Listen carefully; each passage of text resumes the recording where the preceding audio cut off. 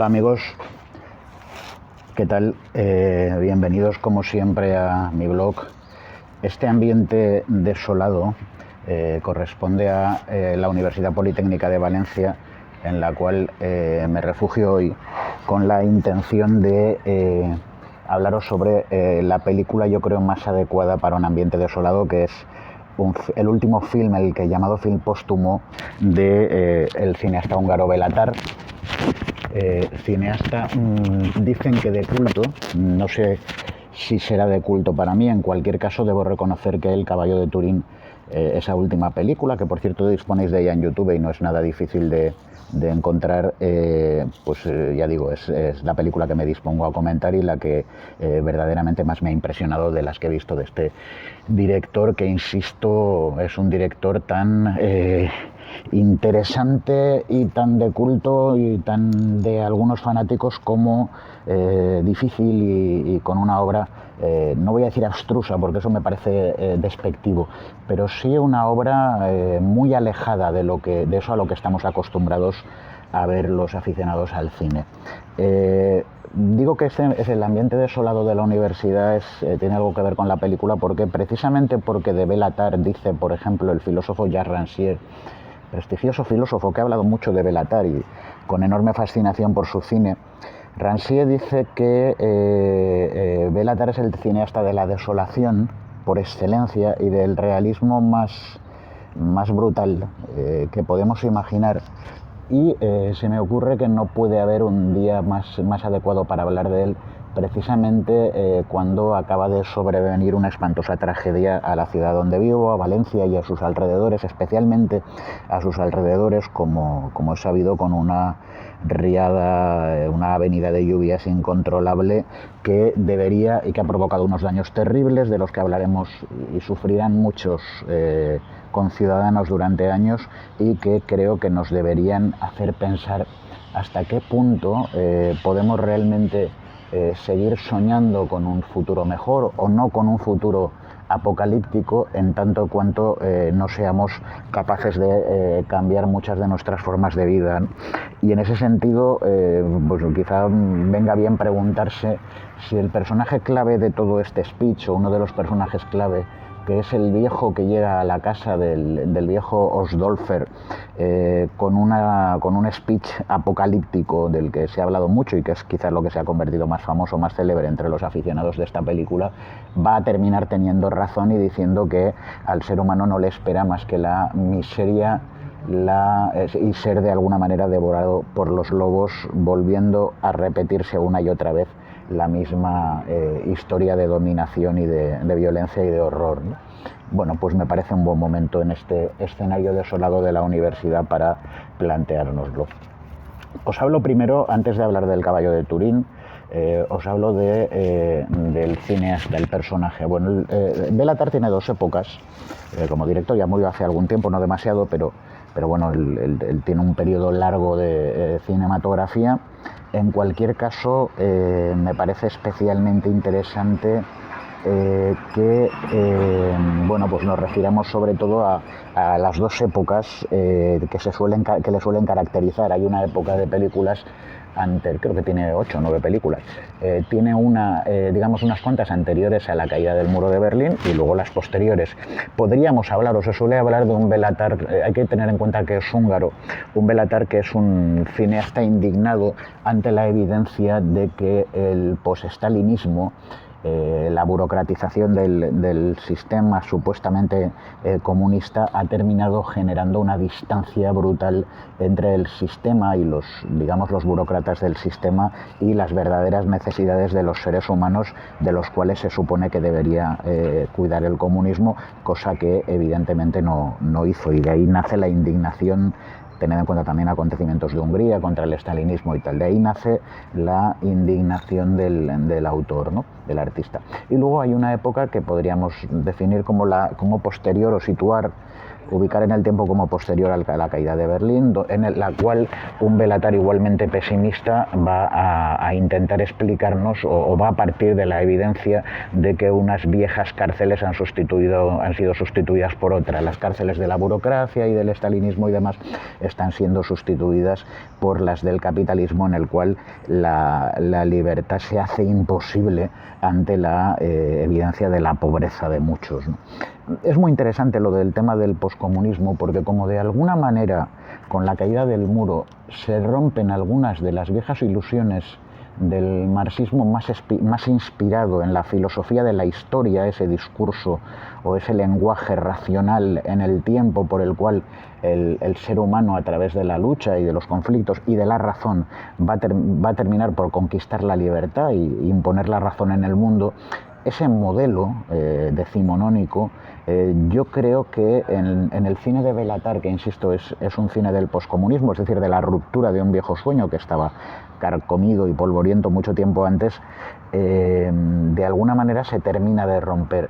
Y la pregunta sería qué pasa en el tiempo o qué pasa en la historia para los seres humanos cuando ya salimos de ella. Es decir, no sé si os acordáis de aquella estupidez de Fukuyama del fin de la historia. Evidentemente él lo decía en plan capitalista y triunfal, y qué bien que haya caído el comunismo porque ahora se ve que las sociedades de la libertad son las mejores y tal. No, Bélatar no va evidentemente por ahí. Bélatar puede estar más o menos conforme con el fin del estalinismo y la caída del muro. Lo que no está nada conforme es con el nuevo tipo de dominaciones a las que nos lleva ese capitalismo salvaje y desconsiderado e inhumano que se impone en el este de Europa, ¿no? En ese sentido, podríamos decir que el tiempo que se vive en el poscomunismo es, de alguna manera, el tiempo del acontecimiento puro, es decir, la pura vivencia que no forma parte de ningún relato, una especie de ser ahí en el sentido heideggeriano yo diría más estricto, ¿no?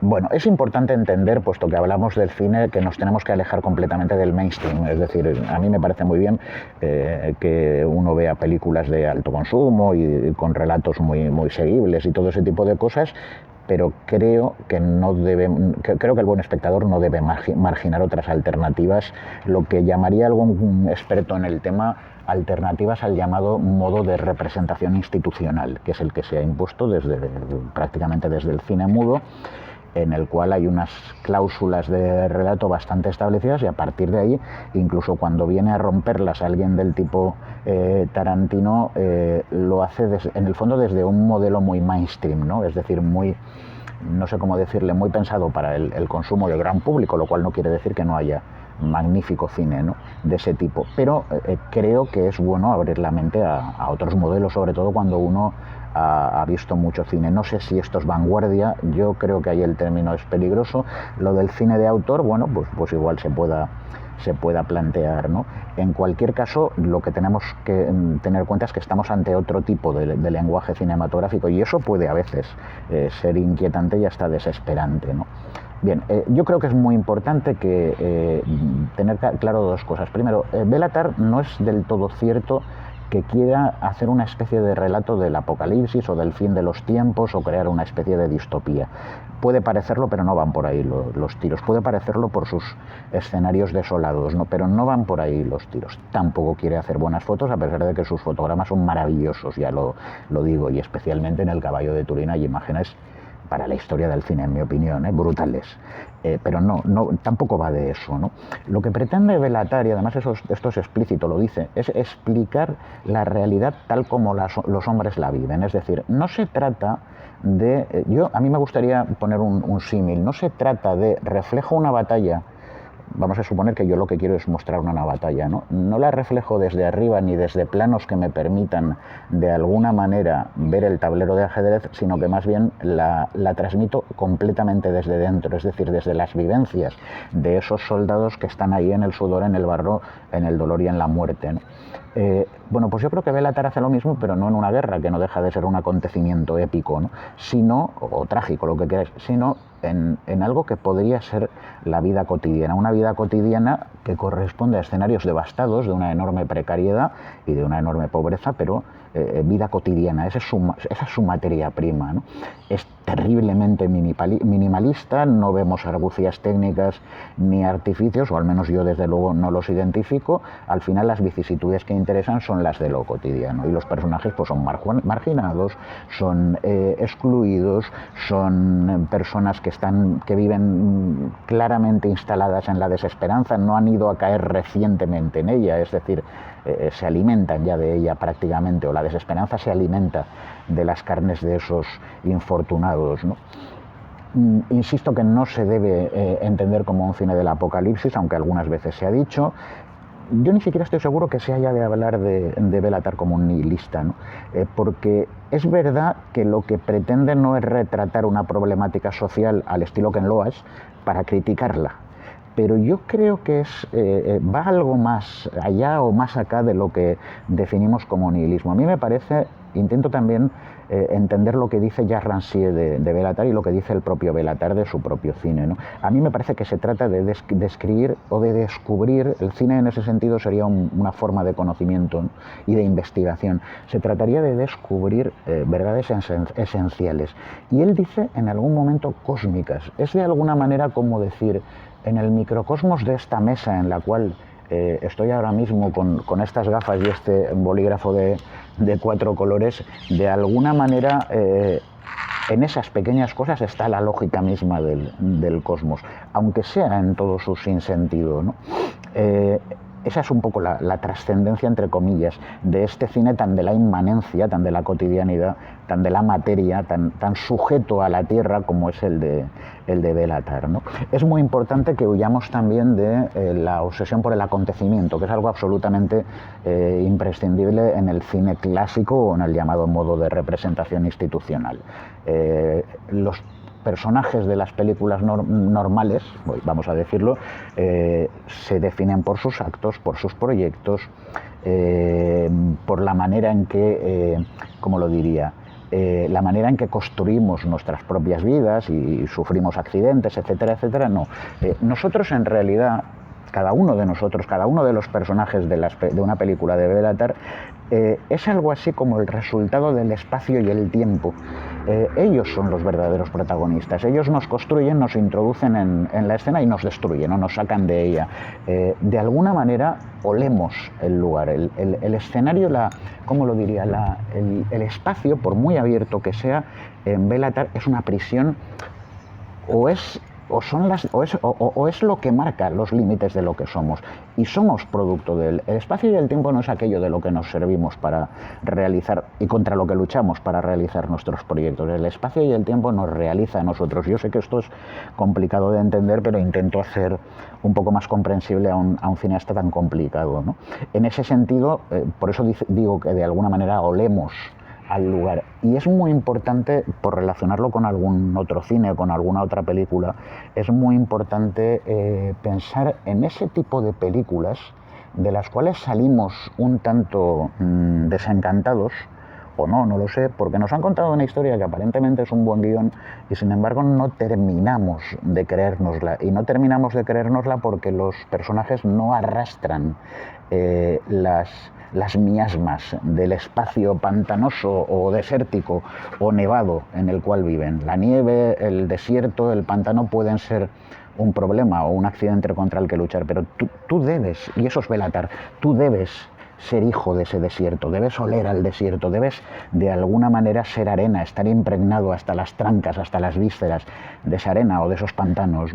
En ese sentido, Béla Tarr pasa tanto tiempo ignorando proyectos, ignorando acciones supuestamente heroicas o no, y tanto tiempo introduciendo, haciendo ver al personaje como un producto de esas luces y sombras, de ese olor de la tierra, del desierto, del escenario, que a mí me parece que es un cineasta puro del lugar y del tiempo, ¿no? Del espacio y del tiempo, como diría Kant.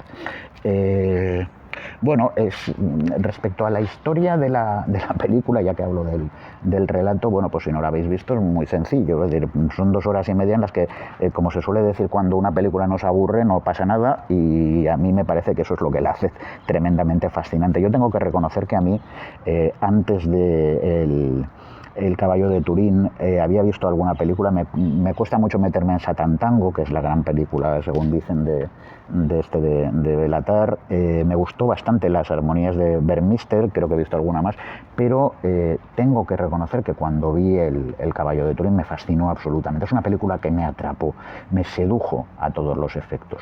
En ese sentido, pues que os cuente la historia es un poco irrelevante, pero bueno, simplemente la película se llama El caballo de Turín, eso por si no lo sabéis os lo digo, porque se supone que el caballo del viejo Osdolfer, que es con el que se inicia la película, que lo está llevando porque le lleva a su casa a él y a su hija, o a él solo, no recuerdo, el viejo Osdolfer es el dueño del caballo que supuestamente Nietzsche abraza unos segundos antes de caer definitivamente en la locura. Eso es una vieja escena, parece ser que no sé si es un mito o no, parece que es real. Nietzsche abraza un caballo que está siendo golpeado por su amo porque el caballo parece que se está empezando a negar a trabajar, está sudoroso y con espuma en la boca, y Nietzsche parece como que se apiada de él, como sintiéndose muy cerca de él, y bueno, pues se abraza y tal, y parece que ese es el último momento de lucidez o de no locura.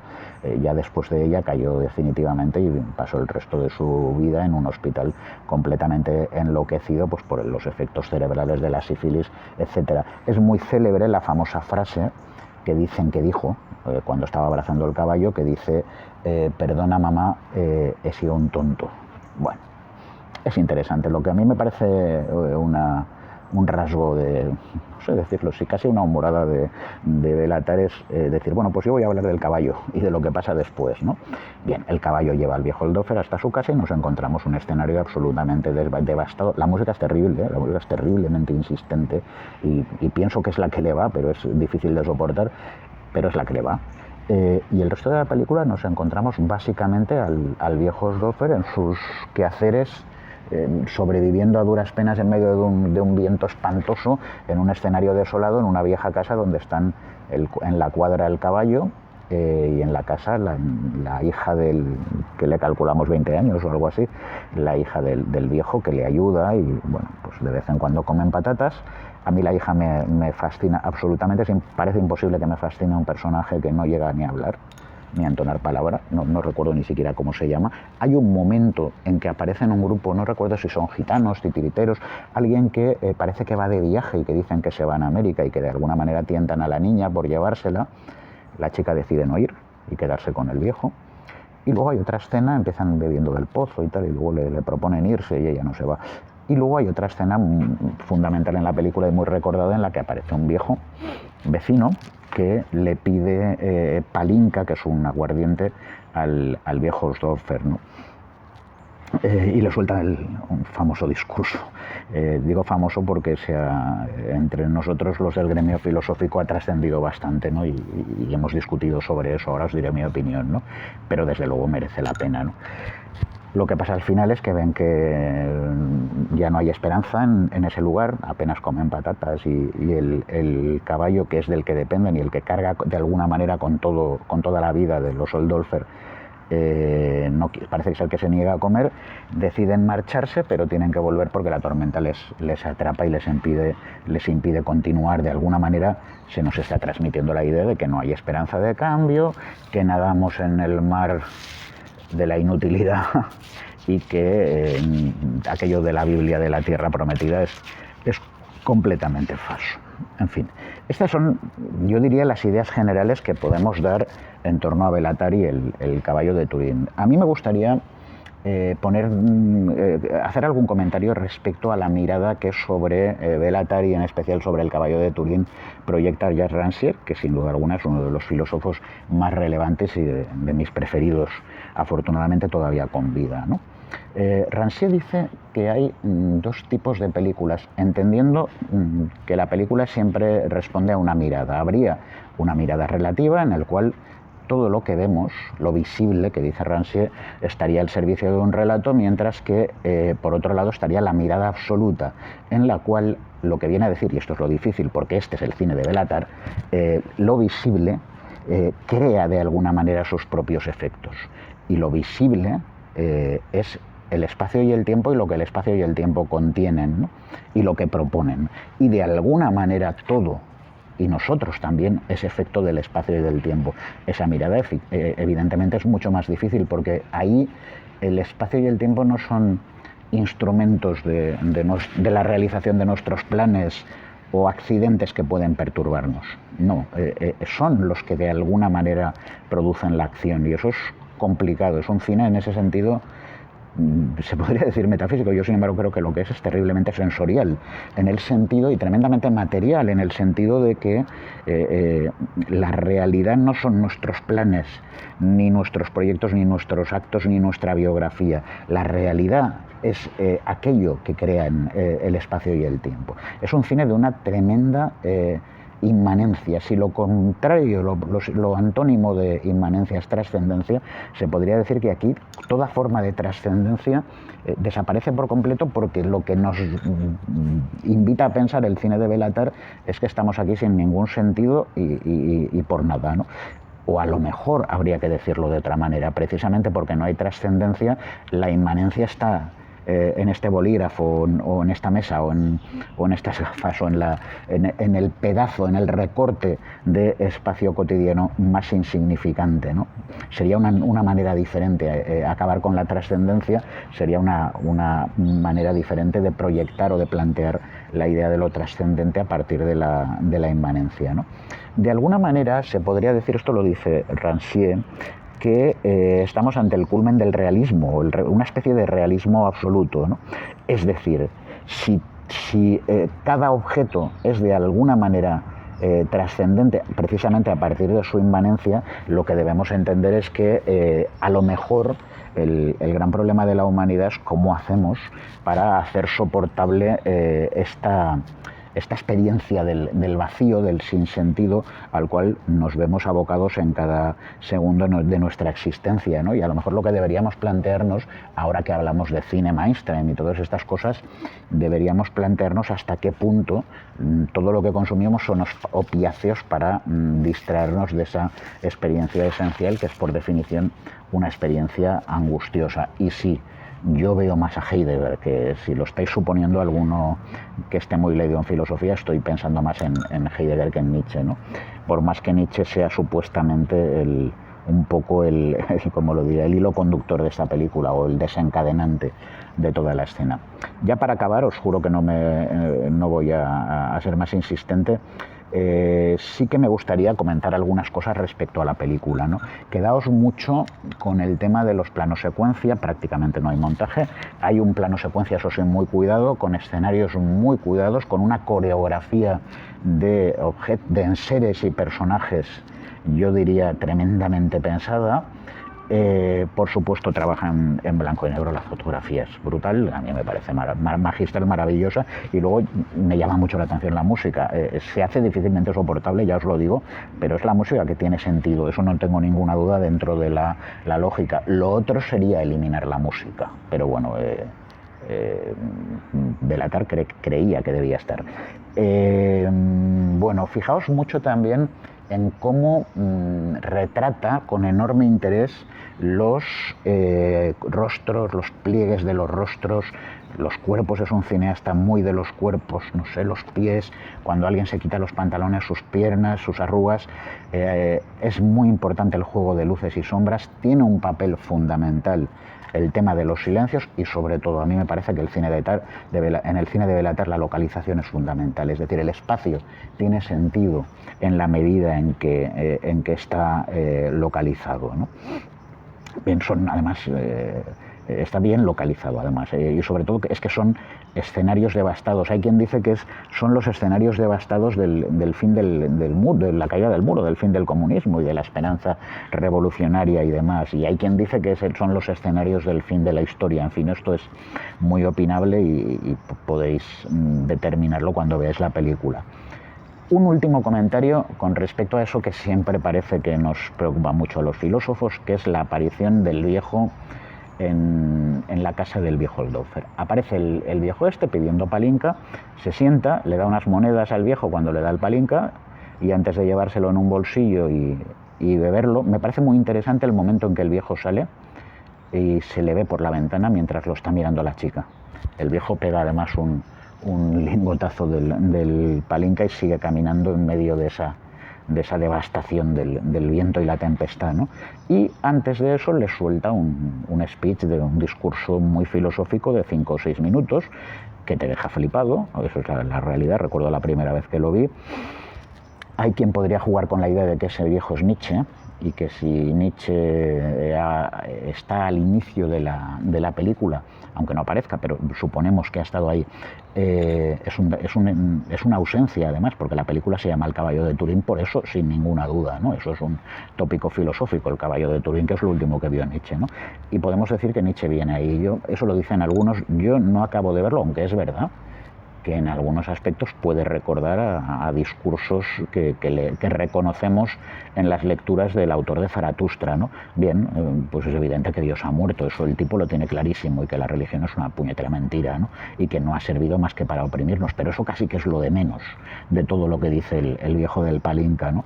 Hay una idea que podemos asociar con Nietzsche respecto al eterno retorno, es decir, todo vuelve a repetirse, siempre es la misma batalla en la cual los dominadores o los lobos terminan devorando a los débiles, y no hay manera de mejorar nada ni sujetarse a ninguna esperanza. Y las esperanzas que se consiguen son pequeños triunfos que en realidad no son más que engordar para morir. Es decir, al final ganan los depredadores y el mundo no tiene remedio, ¿no? Bueno, al final no hay sueños posibles, es mejor acabar con ellos, porque entonces es como en el infierno de Dante, ¿no? Es mejor abandonar toda esperanza, dado que el mundo no va a cambiar. Bien, es un planteamiento, yo creo que es engañoso decir que el planteamiento es de Nietzsche. Tiene algunos ramalazos de Nietzsche, pero me parece una mala pista, ¿no? Yo creo que es claramente un planteamiento pesimista, y más allá de algunas cosas yo creo que difícilmente inteligibles que dice el viejo en el speech, a mí me parece que la idea fundamental es transmitir la idea del fracaso de la especie humana. Es decir, parece, reconocemos en Bélatar los signos del pesimismo más absoluto, un pesimismo que podría recordar, hablando de autores del Este, a la filosofía de Cioran. Bien, me parece bien, porque además es que tiene gran parte de razón. Es decir, hay una serie de mecanismos de lucha en las cuales, bueno, pues los más débiles, la mayoría de la gente intenta de alguna manera sobrellevar la dominación, resistirse a ella, incluso en algún momento emerge la esperanza de derrocarla, y sin embargo los depredadores, los malvados, los que todo lo compran, los que todo lo depredan, los que desvalorizan continuamente el valor de todo lo que es bello y hermoso en el mundo, porque lo convierten en mierda y en basura comprable, terminan imponiéndose una y otra vez, y el mundo en última instancia es un escenario cruel e inhóspito de devastación, tal y como vemos desde el principio al fin de la película, en que un señor mayor muy devastado, y una joven que no sabemos, que nos seduce, pero no sabemos si es un ser humano para el cual hay esperanza, intentan a duras penas sobrevivir con un caballo que está casi tan moribundo como ese Nietzsche, ese Friedrich Nietzsche, ese filósofo que se le aferra llorando.